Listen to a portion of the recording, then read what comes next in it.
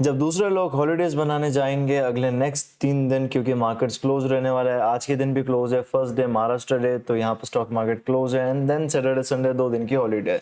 इस analysis video को मैं चाहता तो बना सकता था संडे इवनिंग को एंड उसी टाइम अपलोड करता, बट यहाँ पर मैंने सोचा कि अगर आज मैं एनालाइज करके एक वीडियो बनाऊंगा तो यहाँ पर आपके पास 3 दिन बचेंगे। 3 दिन यहाँ पर आप ऑफलाइन मार्केट के अंदर मार्केट्स को एनालाइज कर सकते हो। जो ऑब्जर्वेशन मैं आपको बताऊंगा, सिंपल सा setup price action based logic जो मैं अप्लाई करता हूँ अपने एग्जीक्यूशंस के अंदर, वो मैं आपको एक्सप्लेन करूंगा ताकि 3 दिन के टाइम पीरियड के अंदर आप उसको बैक टेस्ट कर सकते हो। मल्टीपल चार्ट्स, आप मल्टीपल स्क्रिप्ट्स के अंदर सेम लॉजिक अप्लाई कर सकते हो, तो वहां पर भी आपको इसका वर्किंग दिखेगा। क्यों? क्योंकि ये यूनिवर्सल कंसेप्ट पर बेस्ड है मेरा जो एग्जीक्यूशन है प्राइस एक्शन वाला स्विंग का, क्योंकि ये मार्केट हर एक स्क्रिप्ट के अंदर फॉलो करता है। तो स्टार्ट करेंगे निफ्टी 50 का एनालिसिस फॉर मंडेज मार्केट। तो यहाँ पर अब हम आ जाएंगे चार्ट्स पे। सो चार्ट्स में हमें क्या देखने को मिल रहा है? देखो, मार्केट के अंदर आप जितना कॉम्प्लिकेशन लाओगे, जितना आप ज्यादा सोचोगे, उतना वो आपके लिए हानिकारक होगा। क्यों होगा?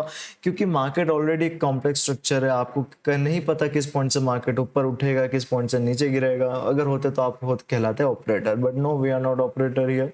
तो यहाँ पर मार्केट के मूव करने का जो तरीका है उसको हम यहाँ पर आइडेंटिफाई करेंगे, उसका कुछ पैटर्न हम यहाँ पर निकालेंगे एंड उस पैटर्न को रीड करेंगे कितनी बार वो रिपीट हो रहा है, और उस रिपीटेशन के बेस पर हम यहाँ पर कुछ सर्टेन सिनेरियो बनाते हैं कि अगर ऐसा ऐसा मार्केट है तो क्या कुछ लिमिटेड केस बन सकते हैं। इसमें ज़्यादा कॉम्प्लिकेट हम नहीं करेंगे, एक ही चीज़ को रखेंगे हम यहाँ पर, या 2-3 कंसेप्ट को ही रखेंगे, बट उसको मल्टीपल टाइम पीरियड के अंदर हम चेक करेंगे। यानी कि आज के अंदर ही नहीं, हम चाहे तो आज के दिन ही 10 या 100 तरीके के अलग कंसेप्ट क्रिएट कर सकते हैं, बट उनका एप्लीकेशन कर पाएंगे क्या? नहीं। तो हम यहाँ पर 2-3 कंसेप्ट है, उनका मल्टीपल डेज के अंदर जब एप्लीकेशन करेंगे तब हमें जाके एक डेटा निकल के आएगा, एक डेटा मिलेगा हमें कि उसके अंदर हम कैसे एग्जीक्यूट करेंगे। तो क्या विन रेशियो आएगा, क्या रिस्क रिवॉर्ड रेशियो मेंटेन कर रहे हैं, क्या रिटर्न ओवरऑल हमें देखने को मिल रहा है, क्या अनएक्सपेक्टेड सिनेरियो में किस तरीके से यहाँ पर इस पोजीशन को हैंडल करना है। तो वो सब हम यहाँ पर सीखते हैं, ऑब्जर्व करते हैं। But for today's analysis video हम बस सिंपल तरीके से मार्केट को देखेंगे, ठीक है? तो साथ बने रहिएगा। तो डेली टाइम फ्रेम पे एक बार हम स्विच करेंगे, तो बस यहाँ पर आप सोचते समझते जाना कि हम यहाँ पर बड़े टाइम फ्रेम से छोटे टाइम फ्रेम के अंदर आ रहे हैं। तो यहाँ पर बड़ा टाइम फ्रेम का क्या यूज है इसके अंदर, कि यहाँ पर ये यूज है कि आप जितना बड़ा पिक्चर आप देखोगे ना, तो आपको ओवरऑल क्लैरिटी मिलेगी इनटू द चार्ट्स की what's exactly into happening into the market बाय। क्योंकि 1 मिनट 5 मिनट में आपको एक छोटा टाइम फ्रेम में दिखेगा। अब छोटे टाइम फ्रेम में तो क्या वो एक्चुअल में क्या है, विप्स क्रिएट हो रहा है ऊपर नीचे ऊपर नीचे। अब उसी को अगर आप एक ट्रेंड कहला दोगे, ट्रेंड बना दोगे, जबकि वो एक्चुअल में ट्रेंड नहीं है, तो उस कंडीशन के अंदर क्या होगा, फिर आपका ट्रेंड ही गलत है तो ओवरव्यू ही गलत होगा। जो केस मैंने आपको बताया, कंसेप्ट मैंने बताया, वो ही गलत होंगे। तो डेली टाइम फ्रेम से हमें एक हेल्प मिलती है कि बड़ा ओवरव्यू हम देख सकते हैं। डेली टाइम फ्रेम चार्ट्स में आपको दिख रहा है क्या देखने को मिल रहा है? कुछ नहीं सोचना है ज्यादा, बस सिंपल सा देखो कि मार्केट कहाँ ट्रेड हो रहा है एंड कहाँ से आया है। तो मार्केट अभी इस पर्टिकुलर लेवल पर ट्रेड हो रहा है एंड ये कहाँ से आया है। मेजर जो मूव है, हम लेटेस्ट मूव और मेजर मूव, सबसे बड़ा मूव एंड सबसे क्लोजेस्ट टाइम का सबसे लेटेस्ट कौन सा आया? ये बाइंग साइड का मूव आया। तो इससे हमें क्या सिंपल सा हमने देखा, ऑब्जर्वेशन करा, तो क्या हमें इससे आउटपुट मिला कि मार्केट का भी शॉर्ट टर्म ट्रेंड चल रहा है बाइंग साइड का, ये हमने निकाला है, ठीक है? सो ये लेटेस्ट टाइम फ्रेम के अंदर मार्केट्स के अंदर बाइंग आ रखी है। तो अब इससे हम यहाँ पर अगेन एक छोटे टाइम फ्रेम में हम जाएंगे कि छोटा छोटा करके हमें, क्योंकि इंट्राडे ट्रेड करना है, हमें स्विंग ट्रेड्स तो करनी नहीं है मल्टीपल डेज के लिए। तो हम इंट्राडे अगर ऑप्शन ट्रेडिंग कर रहे हैं, then we need to go more deeper into smaller time frame. तब यहाँ से हम डायरेक्ट 5 मिनट्स में स्विच करेंगे, बट डायरेक्टली उस दिन पे नहीं आएंगे। लास्ट 2 से 3 दिन का क्या ऑब्जर्वेशन है, बस हम सिंपल उसको ऑब्जर्व करेंगे। यहाँ पर हमें क्या देखने को मिल रहा है कि 3-4 दिनों में क्या एक मार्केट ने एक रिट्रेसमेंट क्रिएट करा सबसे बड़ा, तो उसके बाद यहाँ पर एक पुल बैक आया ऊपर जाके, अगेन मार्केट ने सपोर्ट टेस्ट करा, ठीक है? तो यहाँ पर अभी हमें क्या देखने को मिल रहा है कि वो जो बाइंग साइड का मूव जो हमें डेली टाइम फ्रेम में दिखा, उसका एक रिट्रेसमेंट आ रखा है। सो क्या ये कॉमन है, नॉर्मल है? Absolutely it's normal for the markets. Why? Because ये तो उसका नेचर है। क्या आपने कभी मार्केट्स को 0 से डायरेक्ट 100 होता हुआ देखा है क्या लगातार, या 10 से आपने डायरेक्ट उसको 50 होते हुए देखा क्या? डायरेक्ट 10 से 50 का जंप आता है क्या? नॉट इवन इन ऑप्शंस, नहीं देखोगे। क्यों? 10 से पहले क्या आएगा, वो 20 आएगा या 15 आएगा, फिर 15 का वापस 10 होगा, 9 होगा, 8 होगा, देन 15-20, फिर 20 से डायरेक्ट 30-40 का जंप आएगा, फिर 40 से वापस रिट्रेस करेगा। तो ये रिट्रेसमेंट करते करते फिर ऊपर जा रहा है, राइट? तो वो क्या क्रिएट कर रहा है? स्विंग्स क्रिएट कर रहा है। यही हमारा एज है, ओके? नोट करना इसको कि मार्केट के जो मूव होने का तरीका है ना, हम उसको रीड आउट कर रहे हैं। वंडरफुल कंसेप्ट मैं आपको बताऊंगा, सिंपल वो भी एकदम एंड वर्किंग है। तो यहाँ पर मार्केट का जो बाइंग फेज है उसका एक जनरल रिट्रेसमेंट आया है, एंड जैसे कि मैंने आपको अभी एग्जांपल में बताया कि if market wants to move up, उसको अगर ऊपर जाना है तो रिट्रेसमेंट क्रिएट करेगा, तो यहाँ पर अभी रिट्रेसमेंट ही दिख रहा है। तो यहाँ पर अभी हमने क्या दो जो ऑब्जर्वेशन करे, बड़े टाइम फ्रेम छोटे टाइम फ्रेम में, तो हमें आपको देखने को मिला market is in buying trend and market ने भी रिट्रेसमेंट क्रिएट कर दिया है। अब क्रिएशन के बाद हम थोड़ा सा और जूम इन करेंगे। जूम इन करने में अब हम मार्केट्स के लेटेस्ट परफॉर्मेंस को देखेंगे, एक क्या उस दिन लास्ट डे क्या हुआ या उसके एक दिन पहले एट मैक्स। तो यहाँ पर हमें क्या देखने को मिला कि जो रिट्रेसमेंट आया है, तो मार्केट ने रिट्रेसमेंट को कवर करने की कोशिश करी थी, बट कल के मार्केट्स के अंदर पूरा वो रिट्रेसमेंट अगेन लो लेवल्स पर आ गया। तो एक नेगेटिव पॉइंट है, ठीक है, कि मार्केट्स को अगर ऊपर यहीं से रिट्रेसमेंट के बाद ऊपर जाना था, सीधी सी बात है, तो यहीं पर हाई लो बना के अगेन ऊपर चला जाता, राइट।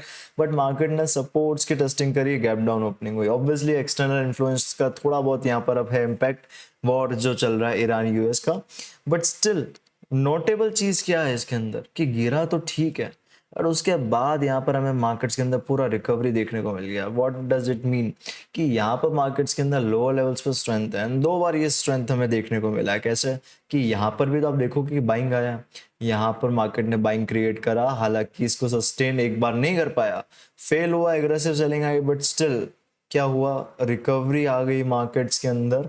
एंड जो लास्ट क्लोजिंग के टाइम पर भी आप देखोगे थोड़ा सेलिंग आया, वो भी अगेन रिकवर हो गया।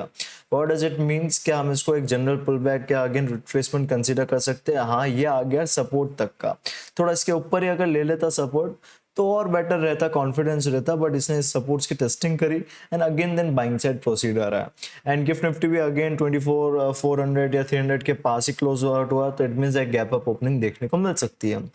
गैप अप ओपनिंग देखने को मिल गई तो अच्छी बात है, बट हम इसको अभी अलग रखेंगे। सिंपल से जो स्ट्रक्चर हम रीड आउट कर रहे हैं अभी हम उस पर फॉलो करते हैं, ठीक है। सो 5 मिनट्स टाइम फ्रेम में हमने देखा कि यहाँ पर मार्केट में रिट्रेसमेंट जो है उसका एक रिवर्सल आया, बट रिवर्सल का कंटिन्यूएशन नहीं हुआ। कंटिन्यूएशन होने की जगह रिवर्सल का यहाँ पर रिकवरी हो गया, 50% रिकवरी हो गया। तो इस पर्टिकुलर सिनेरियो में अभी भी जो कंडीशन है वो यहाँ पर रहेगी बाइंग साइड की। क्यों? क्योंकि अगर यहाँ पर मार्केट को गिनना होता तो लोअर लेवल्स पे ही रहता, तो वहां से हम व्यू को चेंज करते, बट यहाँ पर व्यू को चेंज हम नहीं कर रहे हैं। तो एक बायस क्रिएट कर दिया अब मैंने 3 पॉइंट्स को हाईलाइट करके। क्या? यहाँ पर मार्केट्स बाइंग साइड में, बाइंग साइड का रिट्रेसमेंट है, रिट्रेसमेंट का यहाँ पर मार्केट कंप्लीशन होने के बाद again market buying side push कर रहा है। पुश में फर्स्ट जो पुश आया उसके अंदर फेल हुआ, बट दूसरी बार अगेन यहाँ पर मार्केट ने कोशिश करी है फॉर नाउ, एंड अगर गैप अप ओपनिंग हो जाता है तो वहां से मार्केट अगेन हायर लेवल्स पे जा सकते हैं, ये एक्सपेक्टेशन है। अब कहाँ से जाएगा, कितना जाएगा, वो हमें नहीं पता, लेकिन एक बायस क्रिएट करा। इट मींस कि यहाँ पर अगर मार्केट गिर रहा होगा तो हम क्या गिरने वाली डायरेक्शन में जाएंगे क्या? नहीं जाएंगे। देखो, हमें नहीं पता कि बाइंग साइड जाएगा या नहीं जाएगा, बट हमें ये जरूर पता है कि सेलिंग साइड जाने का चांस कम है, तो हम किसको चूज करेंगे? उल्टा, जिसका चांस ज्यादा होने का, कहाँ? बाइंग साइड जाने का।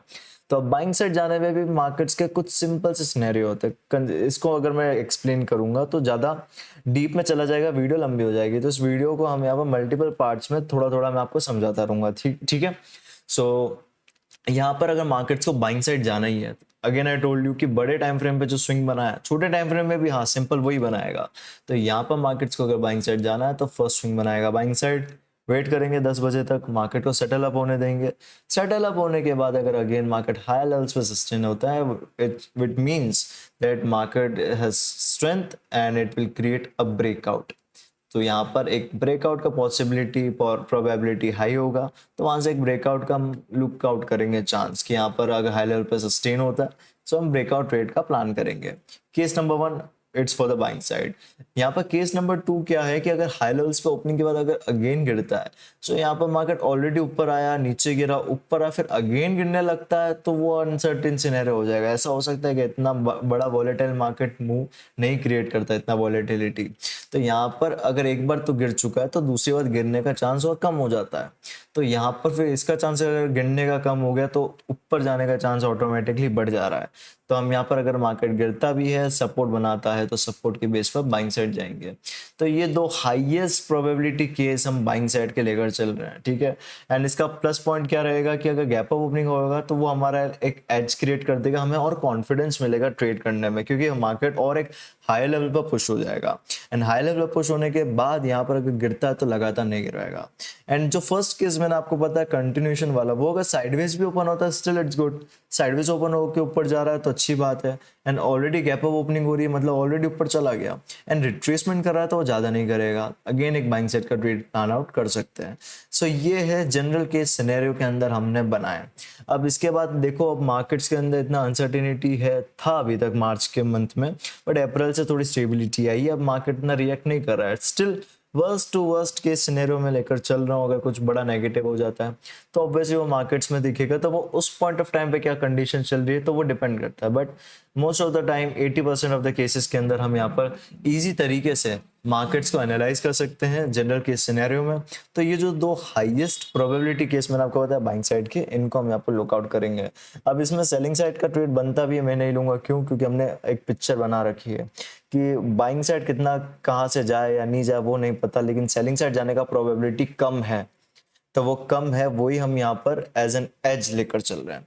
सो इन दो केसेस के अंदर जो भी बनता है लाइव मार्केट्स के अंदर, उसका अपडेट हम हमारे टेलीग्राम चैनल पर शेयर करते हैं।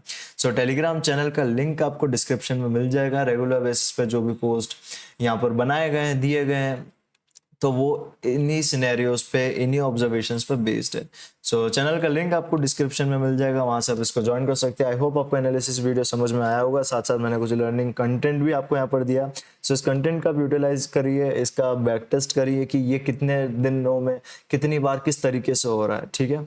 सो yup, thanks for joining and watching this particular video. I will see you all in the next video. Till then, bye and take care.